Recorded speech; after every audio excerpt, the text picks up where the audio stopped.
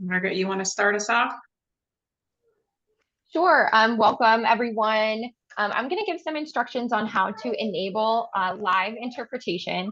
So our presentation today is going to be interpreted by Emily into Spanish for those who would prefer to listen to today's presentation in Spanish. And so to go ahead and enable that on your computer, once Erica allows the setting to appear, you're going to see a globe icon on the bottom toolbar in your Zoom settings. From there, go ahead and select the globe, and it's going to show you your language options. Go ahead and please select either English or Spanish. Even if you do continue to listen in English, we encourage you to select English as your language. That way, you'll be able to hear any questions that are coming from our Spanish-speaking providers in the Spanish interpretation room. If you're joined today on your phone or an iPad, a different mobile device that uses the Zoom app, the settings are going to appear a little bit differently. You're going to have to go ahead and select the three dots in the bottom corner where it says More. And then from there, after you select More, you're going to hit Language Interpretation. And then your language selections will appear once again. So you can choose English or Spanish. And again, you'll need to choose one of the rooms in order to continue to listen to the presentation in your desired language. You can also choose to mute the original audio. So if those of you who are listening in Spanish do not want to hear any English in the background, you can go ahead and mute the original audio. I'm going to pass it over to Emily now. She's going to provide these instructions in Spanish as well for our Spanish-speaking providers. Good morning, this is Emily, today's Spanish interpreter. Buenos días y bienvenidos a todos. En un momentico vamos a encender la función de interpretación. Entonces verán al fondo de su ventana de Zoom un icono de un globo. Presionando sobre el icono se va a conectar con la función de interpretación. Les animamos, por favor, si desea escuchar en inglés y no en español, de toda manera es esencial escoger un canal. Entonces, o el inglés o el español. Si se está conectando con móvil, por favor, empuje los tres puntitos. De ahí le dice More.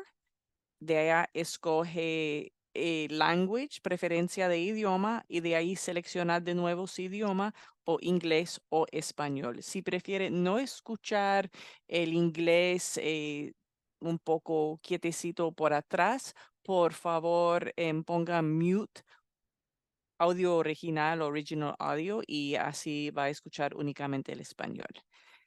Le agradecemos su presencia hoy y espero que disfrutan de la presentación. Thank you.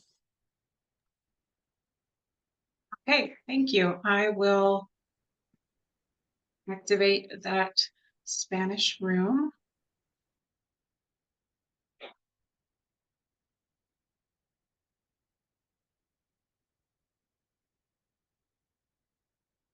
Okay, should be activated and we should be ready to go. Welcome, everyone. It's so nice to see you all and see your names at least. I am Erica Knowles, and I will be your presenter today. I am part of a nationwide group of trainers and coaches with Civitas Strategies. And again, I'm very excited to be here leading this webinar for DECAL's Thriving Childcare Business Academy. One activity that lies at the very heart of any successful childcare business and directly impacts your financial success is managing your enrollment. Understanding the best practices for managing enrollments. Oh, thank you, Margaret. Did I not do it right? Thank you. Understanding the best practices for managing enrollments is one of the most important business skills that you can have for your childcare. We will address the fundamental steps for managing enrollment.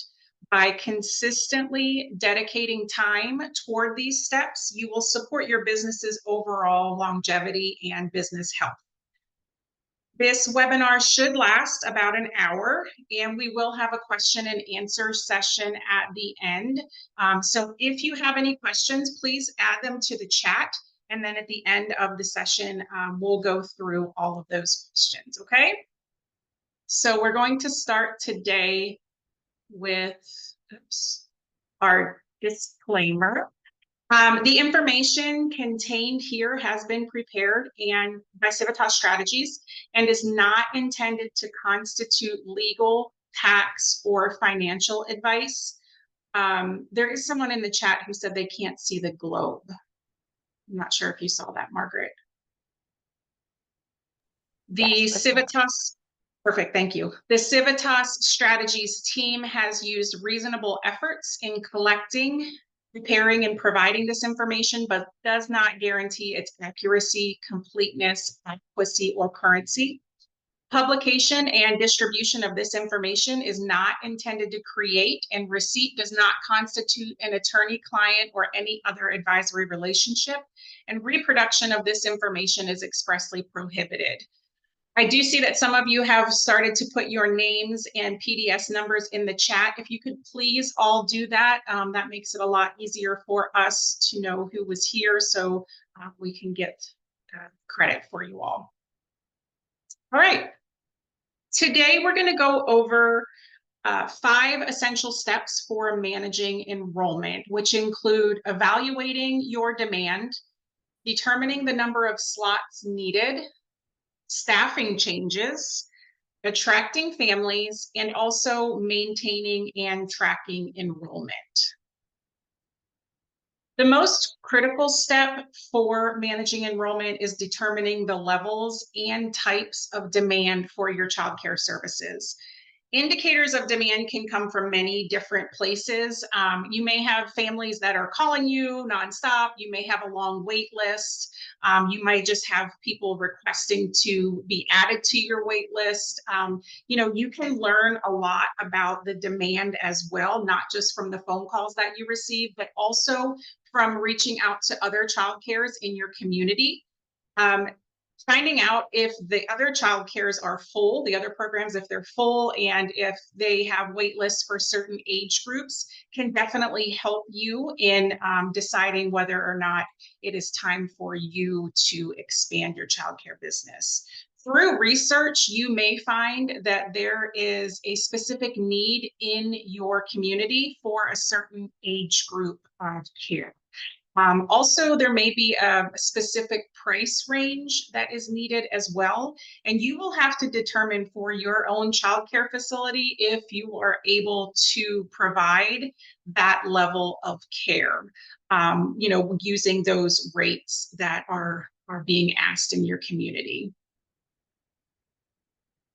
Does your enrollment need to change? You definitely need to think about that. And we want you to think about some things pertaining to that. Are there indicators that moved you to think of increasing your enrollment? Is there a common percentage of unfilled slots across all of your age groups, or is there a particular age group that tends to fill up more quickly than others? Perhaps you often have families that you have to turn away because one age group or another is full and you're not able to get the children in, or perhaps you may not have achieved the levels of enrollment that you would like to because you are offering care for an age range where there's already a huge amount of slots in your community available.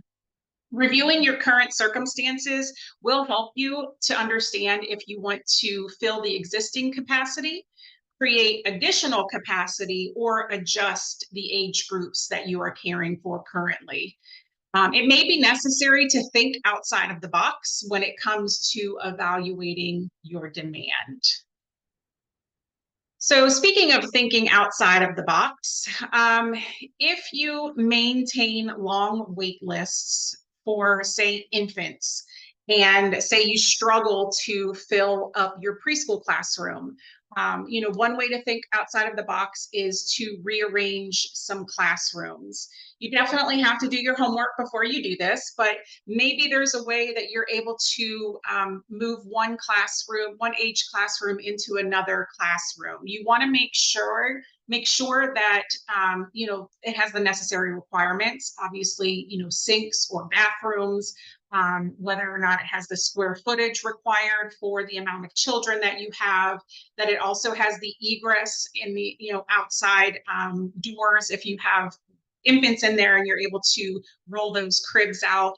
And definitely want to check with licensing before you make this change. But rearranging classrooms can be a very smart business move and can help create spots for enrollments.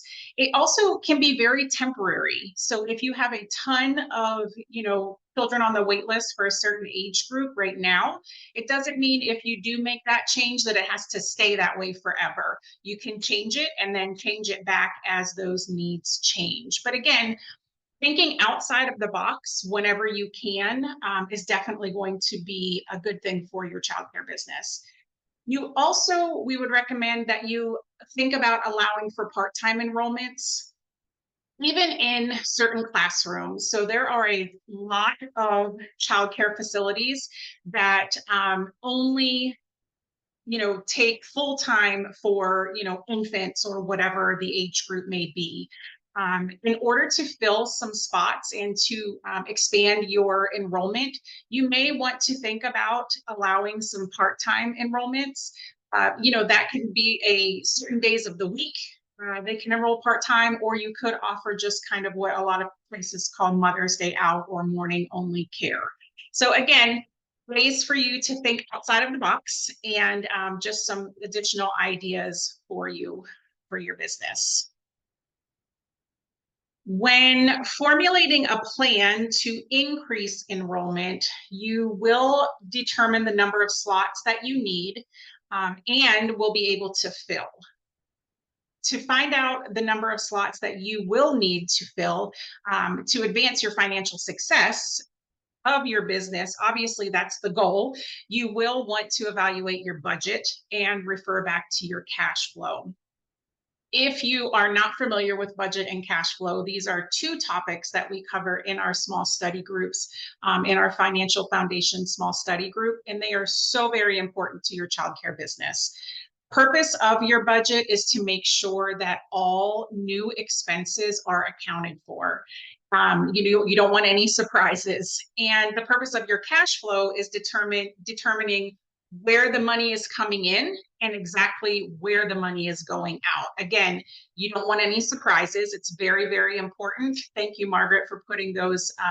She put the tools in the chat for you, but it's very, very important that you understand your budget and your cash flow.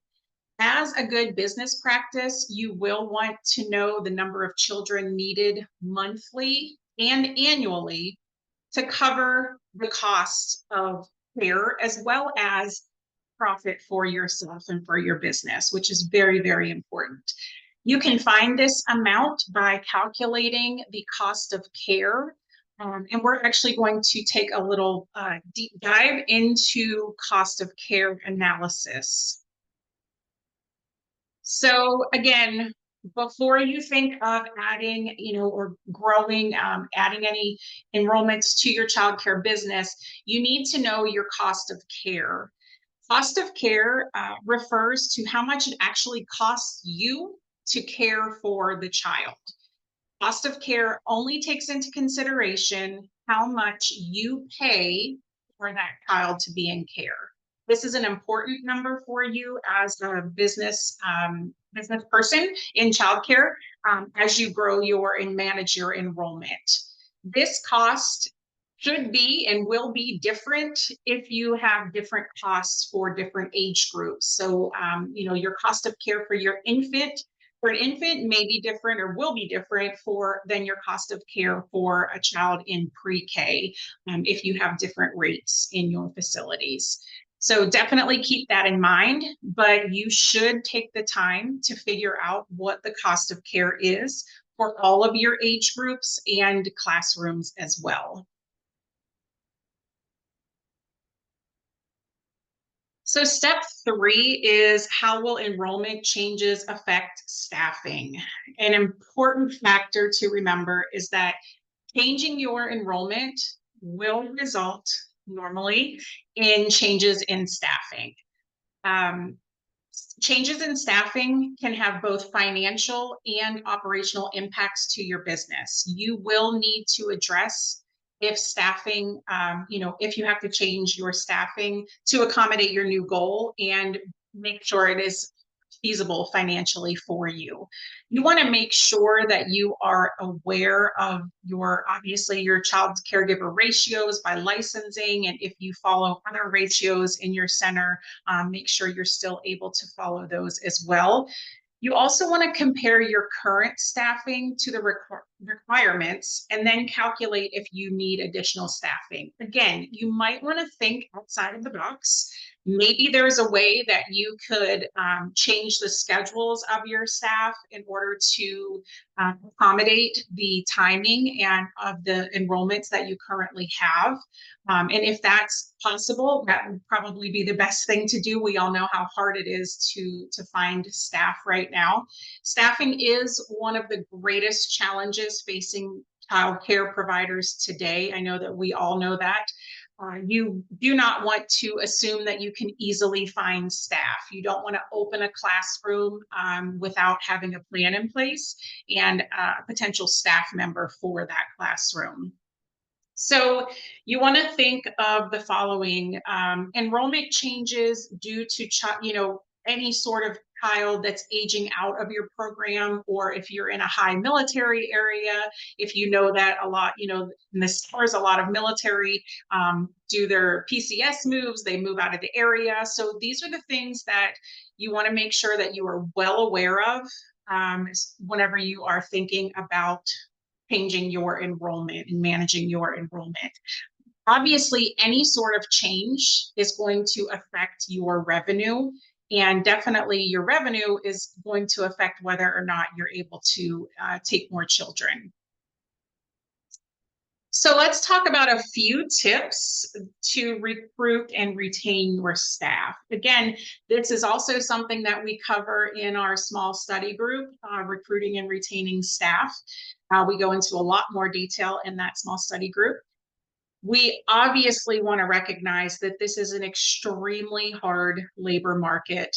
So when it comes to recruiting, you have to do everything possible to position yourself in the best way you possibly can in order to get staff. So those actions, combined with knowing as much as you can about your labor market and your competition, will give you a strong recruiting position, which obviously is very, very important. Chances are the great teacher that you want is probably already working somewhere else. So your goal needs to be, how are you going to make him or her want to jump ship and come work for you? One way to do that is by thinking about the way that you're advertising your open positions. You want to start off with a job announcement and not just a job description. Again, this is something we go into depth in our small study groups, but it's very important that your job announcement is something that you are able to, tell everyone how wonderful you are in just a few lines at the very top of the job announcement, something that's going to grab the attention of someone who is looking, just happens to be perusing Indeed or wherever you post your jobs. And on top of that, it gives the potential employee a clear expectation, an enthusiastic expectation of your center or your childcare business. And then you also want to know your competition. You want to know what are they offering, and if you are offering the same, or if there's a way that you can even offer more. Do they offer paid time off? Do they offer that after 3 months or 6 months? Is there a way that you could offer that, starting with day one or starting after 30 days or something like that? Again, you have to think of ways that you're going to be able to grab someone's attention and make them come work for you, make them want to come work for you. You want to get a leg up on any way that you possibly can in this environment. Another way is to talk with connectors. Connectors are people who can put you in contact with other people that you don't already know. So it could be a child care group that is on Facebook. It could be your parents in your facility right now or in your program.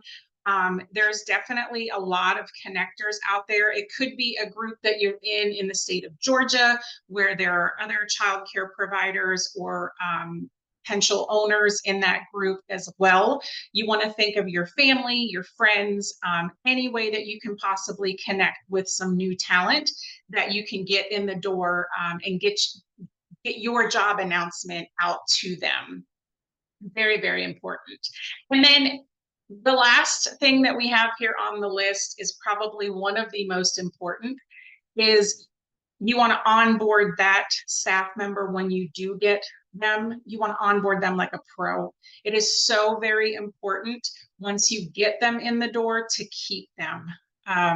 We all know how hard it is to get a teacher in the door. So you definitely want to make sure that you are onboarding like a pro. This is going to help you whenever you want to grow your enrollment. We've all had the staff member that walks out and goes to lunch and doesn't come back. And those are the ones that we don't want to have. So we need to think of ways to have them be connected with other staff members in your facility or in your program. The more connected that they feel, the more trained, the more they feel that you care for them and care about them, the harder it's going to be for them to walk out the door at lunch and not come. So you want to make sure that they are well trained and that they have, you might want to pair them up with a trusted teacher that you've had for a while so that they're able to have someone, to go to whenever they have questions or need something. All right, so moving on to step 4. Attracting families. This is also very important when you're talking about managing your enrollment. To increase your enrollment, you will need to effectively reach the families that you want to serve. Developing a sales and marketing plan will help you to connect with these families. Sales and marketing is also another one of our small study groups if you haven't signed up for that one yet. As you develop your plan, you want to be sure to consider your business's brand and identity, your values, and what makes your business unique.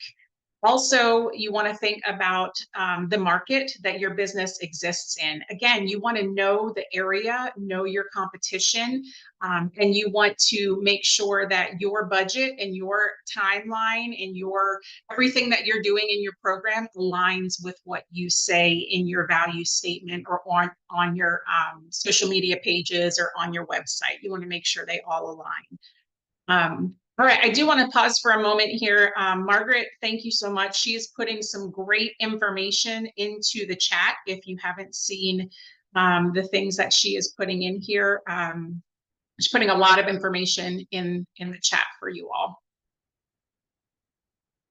Okay, so we talked about demand, and now we want to talk about how can we create some demand. One thing we definitely want you to understand is everything that you or your staff do, you are either selling or not selling your program, your childcare business. So you want to keep in mind that the person's perspective is their reality. So think about, what does your building look like? What does your parking lot look like? Is your grass mowed? Is there trash in front of your facility? Is there a good signage for families to see? Are your flower beds maintained? You definitely want to keep an eye on those things. Also, a thing to remember is if you and or your staff wear logoed uniforms, you want to make sure that they also, and you are also aware that not only when you're in the building are people, watching and paying attention, but also, when you stop at the gas station on the way home or when you, go through the drive-through, and definitely want to make sure that you have that logo on and that you are representing the business in the way that you want. again, everything you do is selling or not. You also want to remember the little things. You always want to answer the phone with a smile. You can definitely tell when somebody is answering the phone with a smile or answering the phone and they're stressed and, there's babies screaming and they're out of breath. And again, that just kind of creates that perception, which is that person's reality again, but that perception that maybe, things are crazy in that home or center. So again, try to answer the phone with a smile. And then you also want to think of anyone who is coming into your building. Any contact that you have with outside people that are potentially coming in and seeing your program. This can be from the speech therapist that comes, once a week, to the Amazon driver that probably comes more than once a week, but to the Amazon driver that makes your deliveries, the US food or whomever you order your food from. But anybody who comes in contact with your business is a potential enrollment. And when you're talking about managing and maybe even growing that enrollment, again, it's so very important to remember that everything you do is either selling or not selling your program. All right, another way that you can create some more demand is by what in marketing terms is called dangling the carrot. Dangling the carrot, again, is a marketing strategy where you entice someone to do something. You dangle a proverbial carrot in front of them. This may be something that you have already done, but maybe you don't, weren't calling it that. But you definitely want to think about doing this if you would like to grow your program. You can offer, you can tell, the parents or the staff that, they will get, the parents that they could get a free registration if they refer a family that enrolls to your program. Excuse me. So that is one way to dangle the carrot. You can also tell your staff, if you're looking for other staff members or more enrollments, if the staff member refers someone to your program, you could potentially give them, a small gift card, a gas gift card to a gas station or Walmart or something like that.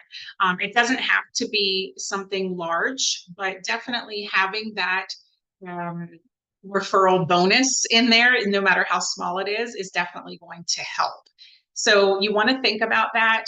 One thing we do want to recommend when we talk about dangling the carrot and offering like a little bonus of some sort, you want to put a caveat in that whatever it is you're dangling to make sure that you are bring yourself in your business. So say if you are offering a free registration fee for families that refer another family, you may want to say after 3 months of enrollment, they would get that free registration fee.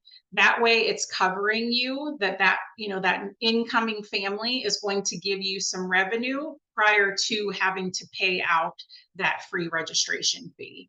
So again, you want to make sure that whatever it is that you are offering, that you're covering yourself with some sort of caveat in that process. If you have any questions on that, I'd be more than happy to go into more detail. Just let me know in the chat. So step 5 is maintaining and tracking your enrollment. So once your level of enrollment meets your financial and operational needs, and once it's where you want it to be and you feel satisfied with that number of children in your care, you should focus on taking the necessary steps to maintain that enrollment.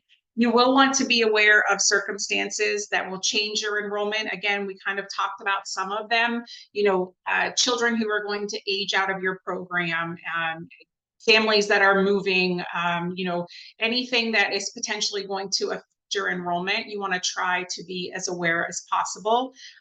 Temporary changes to your enrollment will definitely affect your income and your revenue for your center. And sometimes it can be very small, but sometimes it can be very large. So you want to try to keep keep those things, in line, and so that you know that they're coming. It will be helpful to, if possible, have additional cash reserves during time periods that your enrollment fluctuates. An excellent practice for your business is to keep a wait list. You want to have a standard procedure for updating your wait list. So you want to make sure that all important information is recorded for the people that are on your wait list, such as you want to have your, parent contact information, the child's age and birth date. You want to definitely have their date of birth. You want to also have any sort of special needs requirements, and then also the date that they're looking for care. Remember to get their date of birth, because if you just get their age and they're not going to be able to get into your program for 6 or 9 months, that may change the classroom that they are going to be in if and when you do find a spot for them. So as you maintain enrollment over time, it is a good practice to evaluate your rates as well. It's obviously important for increasing and maintaining your enrollment to make sure that your rates are where they should be, and that you are evaluating them at least annually to make sure that they're where they need to be. Tracking enrollments is an important piece of understanding the ongoing health of your business, and this is also part of your wait list as well. Again, with the fluctuation, everybody has fluctuations in their enrollments. So even the centers that are completely full, and look like they're doing great, they still have fluctuations in their enrollments. But being prepared for those highs and lows is going to make a huge difference in your business. By having an ongoing tracking system, you can address any anticipated changes or any updates or things that happen.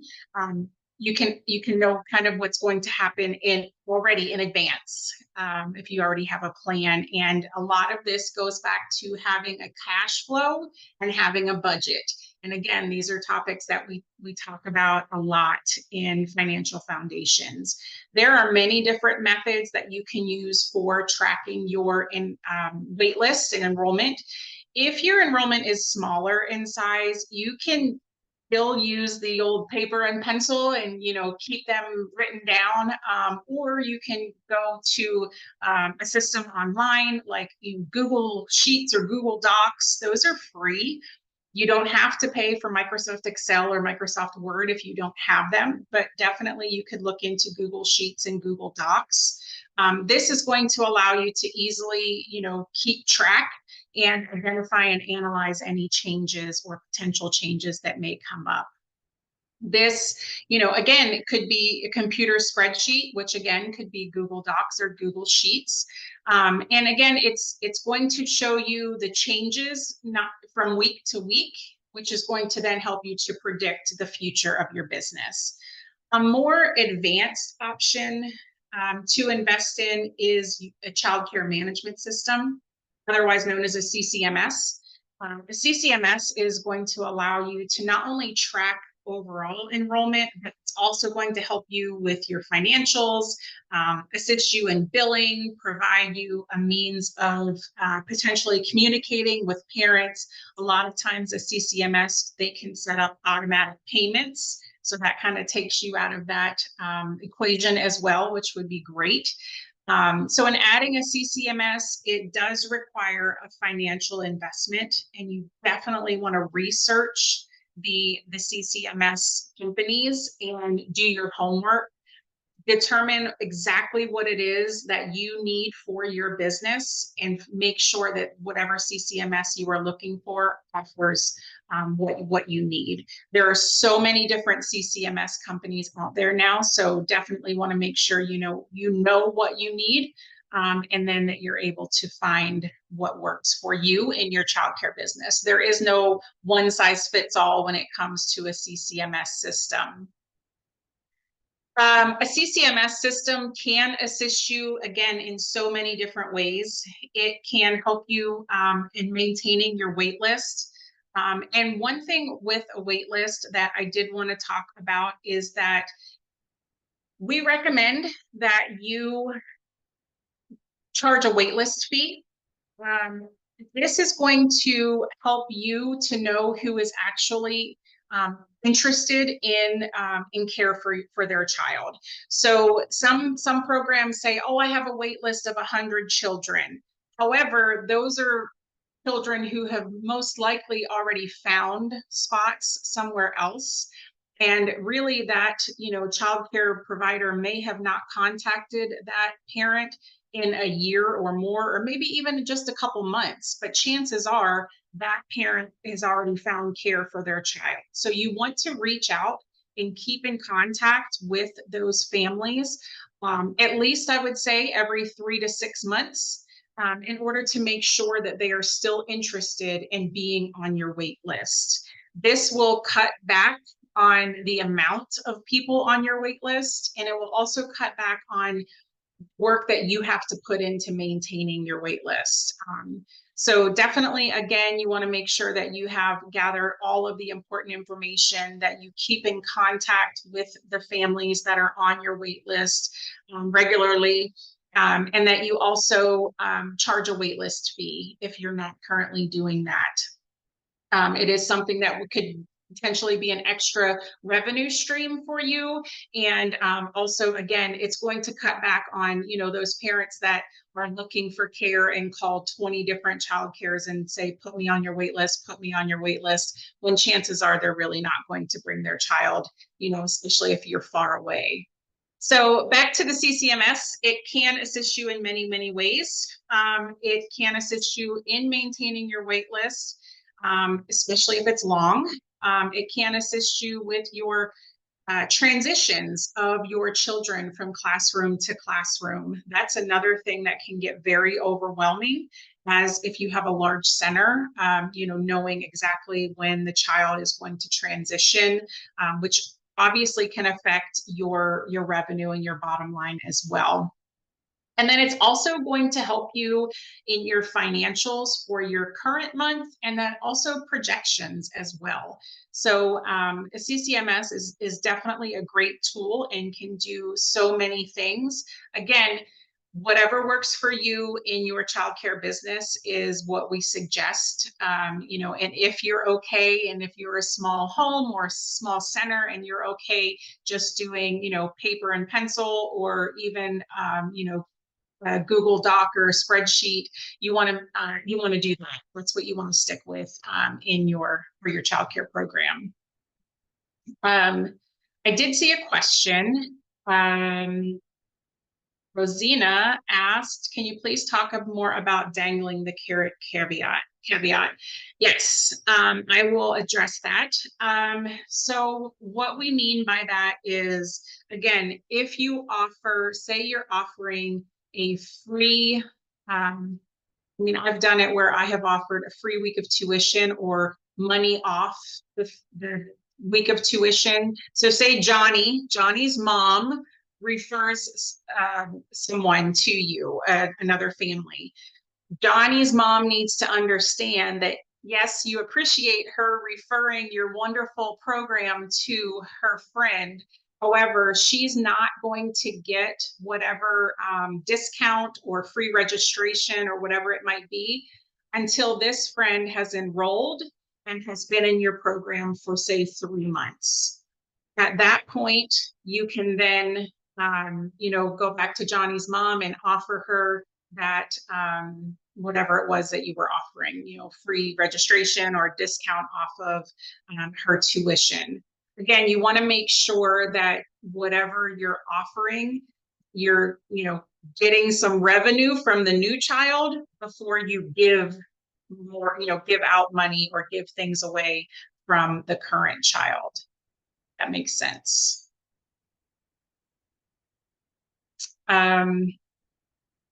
Okay. Let's now open it up for some other questions. If anybody has any other questions, I will pause here. I just talked a lot and went through a lot of information. Like I said, Margaret has also put a ton of resources into the chat. So please take a look at that as well. And okay, I see that Juanita. Yes. I was just wondering if you could go back to that slide that said cost of care, because I was trying to take a picture. Yes, I absolutely can. It's like one of the first ones. Thank you. Yep, of course.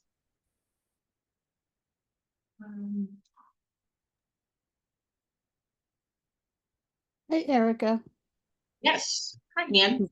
Hey, question. I know you mentioned about the doing the spreadsheets, or we could use for the wait list, for instance, the childcare management programs. So for instance, we just kind of started on ProCare, and I don't know if they have a wait list area there to do that. Is that something you're aware of, or anyone that may be online here today that may know there is a wait list? Do you Uh, have ProCare Connect or do you have the desktop version? I think it's the desktop. You know, we're a small family provider. And so we just really getting started trying to get familiar with that program. So is it Desktop, under, you have to ask, I guess, call them. But I do use ProCare Connect. And Mhm, so what basically happens is that when you add your lead, you can manage your lead status. So wherever you can, there's other options like interested or someone just called, you have a potential, or you have people that are specifically you're targeting for pre-K, so you can manage your own, um, status of your lead. So that's okay, where the wait list is. Like you can create a wait list for your infant. So you can, funnel it to that. So that's how ProCare Connect does it. But I don't know how the desktop version. So you may have to call your I guess your support for that. okay. Yes, and ProCare, I used to have ProCare, Mhm, and I also, like Rosina said, reach out to ProCare. Their customer service is phenomenal, and they will help you. And you can go on, you can meet with them, and they'll show you, different things that the system. It's very impressive what it can do. It can be overwhelming as well, but definitely want to reach out. And that goes for any sort of CCMS. These were made especially for childcare providers. So definitely want to reach out to them. Another great piece of advice is mhm. check YouTube. If Okay, you have a question, chances are somebody has made a YouTube video explaining how to do it. So check YouTube as well. all right. Thank you, I'm Rosa. hoping that that's the right slide. Go ahead, Anne. I'm sorry. No, I was just saying thank you to you and Rosina. I appreciate you all Yes. sharing that information. I definitely will check it out. Yes. Thanks, Rosina. Um, uh, Tachita said we use waitlistplus.com and like that. So definitely want to check that out too. And I'm not sure if that is a free service or if that costs money. But I do know, for ProCare, there's a lot of add-ons that you can, add. But if you want, you can also, see if this waitlist plus or if something else, is able to fill that for you, because you want to try to find something if you can that's as cheap as possible, I'm sure. Um, okay. Okay. Somebody else uses Google Forms. Yes, absolutely. Google's a great thing to use as well. Like I said, there's Google Forms, Google Docs, Google Sheets. And again, if you are, of the older like me, it takes a little getting used to because it's definitely not, Microsoft Word or Microsoft Excel. But again, you can always go to YouTube. You can always Google it. There's going to be tons of information on there as well. help you with those programs. The resources, there's resources in the chat. If you scroll up in the chat, Margaret has put those in there. And then also the resources are on the Thriving Childcare Business Academy's website as well, if you want to check there. Are you looking for a specific resource? Oh, thank you, Margaret. All right, and then we have a question. I'm interested in learning more about retaining employees. Do you have any other resources that can help? I do not see one. Margaret, did you post? I'm trying to scroll back up through the chat. I can share the link again for our recording of our staff benefits training. Perfect. Staff benefits are a great retention tool. And I'll also put the link back in for our lean recruitment presentation that Gary hosted a few weeks ago. He goes a little bit into recruitment in that, or retention in that as well, excuse me. So those are two great resources. Those are recordings of previous trainings that I can share. Wonderful, wonderful. And those are already in the chat up there. So if you just scroll up, you'll be able to see those as well. All right, any other questions for us?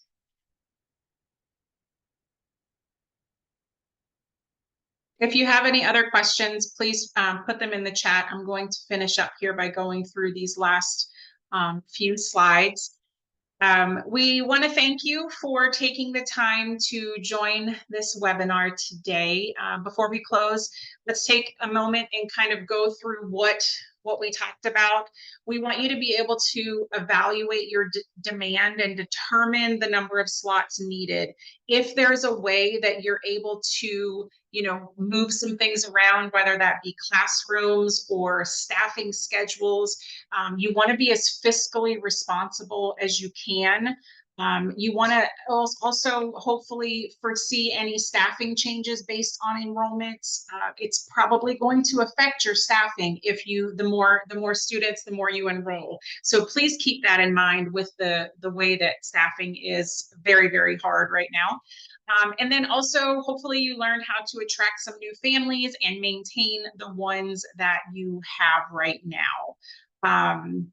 We do encourage you to, again, visit the DCAL's Thriving Childcare Business Academy website, which Margaret put in the chat. There is tons of information. There is tons of information on the website that's definitely going to help you in your business. To further your learning with free small study groups, we do have the financial foundations, recruiting and retaining staff, sales and marketing, mitigating risk, and revenue streams and growth small study groups. So you want to look into those again on the Thriving Childcare Business Academy website. And then we also offer one-on-one business coaching for many topics. If you have questions or would like some one-on-one coaching, we would be more than happy to get you set up with a coach on any of the topics on your screen or any other business topic that you have questions about. And then we also want to remind everyone that we do offer free one-on-one tax education and business coaching. It's amazing what can be learned through some tax education, especially for home providers. If you have any questions, we do have some wonderful people on our team who would be more than happy to help you look through your taxes and make sure that you are, keeping every penny that you possibly can. With your deductions and everything. And then we also offer free one-on-one coaching for the ERTC and FFCRA. If you did receive money from either of those government programs, we can also help you and make sure, answer any questions that you have about those programs as well. And then we, again, want to thank you. For more information, again, please visit the DCAL Thriving Childcare Business Academy's website. And there's tons of information on there. There's a library of self-study guides on many different topics related to your childcare business. And then also you can register for upcoming webinars and anything else that DCAL's Driving Childcare Business Academy has coming up. Benita, did you raise your hand again, or was that still the hand from before? Yes, I did. I was reading in Okay. the chat where it says a small study group. Mhm. Is there a fee to do that? And is it like this, like a webinar, or can you tell me a So little? there's no fee, and actually, DeCal pays you $300 for every small study group that you finish. So it is 4 sessions, and so many on this call have been in the small study groups with me before. Again, there's all of the topics listed on the screen, but you sign up, and then there's 4 different 1-hour sessions. Once you're done with those 4 hours of sessions, then you get credit in your Georgia PDS and also get a $300 stipend from DeCal. Oh, okay, and that's the link so I could sign up? Yes. So you want to go to the Thriving Childcare Business Academy's website and definitely fill out the form that's on there. And they start, they're going on a rolling basis. So so definitely go on there and sign up for those.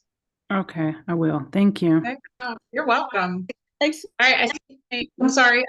I Yeah, go ahead. apologize. My speaker is a little, yes, my speaker is a little much.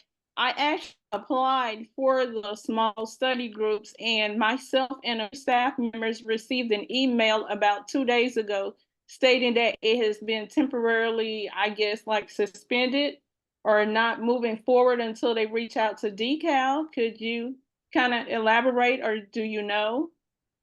Yes. So currently, DeCal is in the process of figuring out if they want to offer it to more providers. The amount of providers that we already have gotten has been phenomenal and surprising. So DeCal's trying to catch up and figure out exactly how what our next steps are going to be. So, but please register. And once we figure out, and DeCal figures out how they want to, continue or what the next steps are going to be, then you'll get an email about that. Okay, yes, we was what was asked as a man. I was told that I start, but I need the letter as well as the other members. Okay, you kind of broke up a little bit, but I think what you were Yes, saying was that I actually spoke with someone, and my sessions were supposed to start, but then I received a notification along with several other staff members. okay. But I mean, So, we've already registered, so I'm just waiting to see, I guess, when someone reaches out, if DeCal decides to proceed, Yep, absolutely. Probably somebody from our team will send out the information as soon as we receive it from DeCal. Margaret said once registered, we will enroll you in a training track as soon as we get the go ahead to continue from DeCal. Thank you. You're very welcome. Juanita, you had another question? Yes, I'm sorry. Is there an age limit, or can my teen employee do it? That's 16. If the person has a Georgia PDS number, and again, if these are mostly for management, directors, owners. If the topic pertains to the provider, then they can register. They have to have a PDS number. But yes, Margaret just put, if you have other questions about the small groups or one-on-one coaching, you can also go to gacoaching@civstrat.com. And they would also be able to help you. But I'm hoping that answered your question, Juanita. Yes, thank you. You're welcome. You're welcome. Okay. Thank you all so much. And I hope you all have a wonderful afternoon. And it was so nice to see some of you. Melissa?